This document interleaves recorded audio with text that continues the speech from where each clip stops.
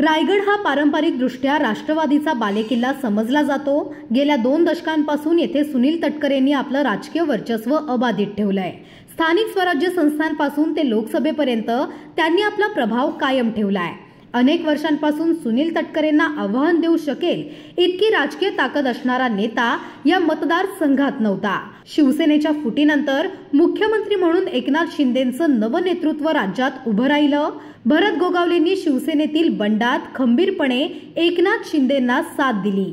एकनाथ शिंदेंनी देखील मुख्यमंत्री कार्यकाळात भरत गोगावलेंच्या पाठीशी राजकीय ताकद उभी केली, ज्याच्या जोरावर भरत गोगावलेंनी रायगडात आपले मजबूत नेटवर्क उभं केलं। अलिबाग, महाड, माणगाव या पट्ट्यात पक्ष संघटना मजबूत केली।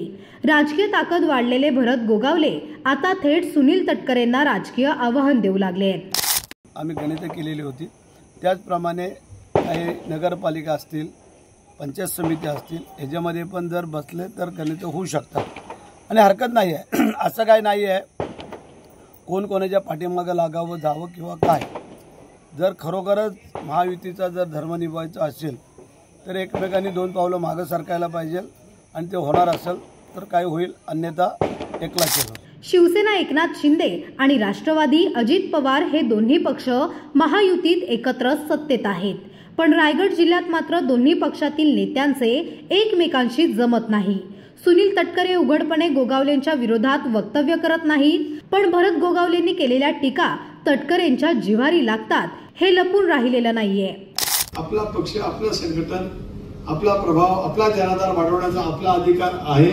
आधी होता, आजही राहील आणि उद्याच्या भविष्यामध्ये सुद्धा आपला पक्ष विचाराचा आपला अधिकार आपल्याजवळ त्या निमित्ताने। मंत्री असूनही प्रशासकीय अधिकारी जिल्ह्यातील महत्त्वाच्या सरकारी कार्यक्रमांना, उद्घाटन सोहळ्याला भरत गोगावलेंना निमंत्रण द्यायला विसरतात। याच तात्कालिक मुद्द्यांवरून रायगडमध्ये महायुतीत ठिणगी पडली आहे। अशा घटनांनंतर भरत गोगावलेंनी आक्रमक होत कार्यकर्त्यांचा सन्मान होणार नसेल तर मी शांत बसणार नाही असा इशारा देखील दिला होता।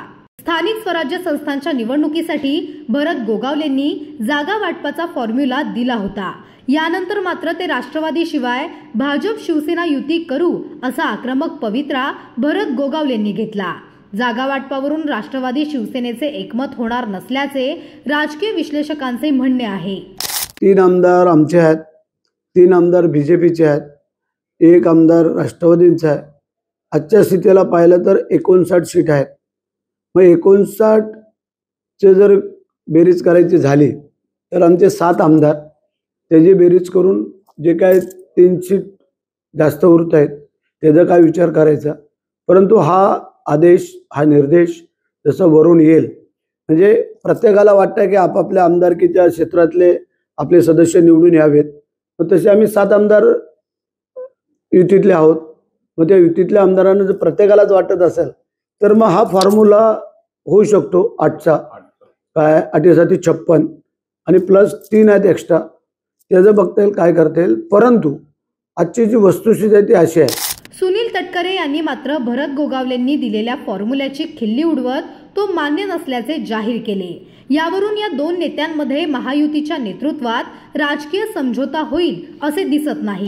या जिल्ह्यामध्ये आजकाल कोणतरी हिशोब मांडला की 3 आमदार 1, त्यामुळे 59 भागिले अंक आणि तो अंक, त्यांचं ज्ञान माझ्यापेक्षा खूप आघात आहे। त्यांचा गेल्या 6-7 दशकाचा या जिल्ह्यातला खूप राजकीय प्रदीर्घ अनुभव असल्यामुळे त्यांचा अनुभव खूप माझ्यापेक्षा मोठा आहे। एक छोटासा कार्यकर्ता आहे, त्याच्यामुळे मला काय आपलं गणित काही 83 काय मला काही गणित काही कळलेलं नाही। आपला डोका माराने सरळपणाने काम करणारा कार्यकर्ता आहे।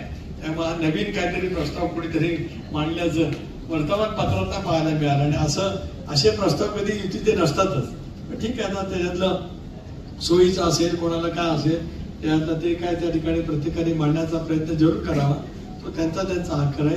आम्हाला आमची ताकद आणि आमचा हक्क या दोन्ही गोष्टी पूर्णपणाने माहिती आहेत आणि ते घेऊनच या निवडणुकीला सामोरं जाणार आहे। त्याच्यात कोणाच्या मनामध्ये ती मात्र शंका नसेल। जिल्ह्यातील स्थानिक प्रशासनावर सुनील तटकरेंची मजबूत पकड आहे। स्थानिक प्रशासन, जिल्हा नियोजन समिती तसेच सहकारी संस्थांवर त्यांनी आपला वचक ठेवलाय।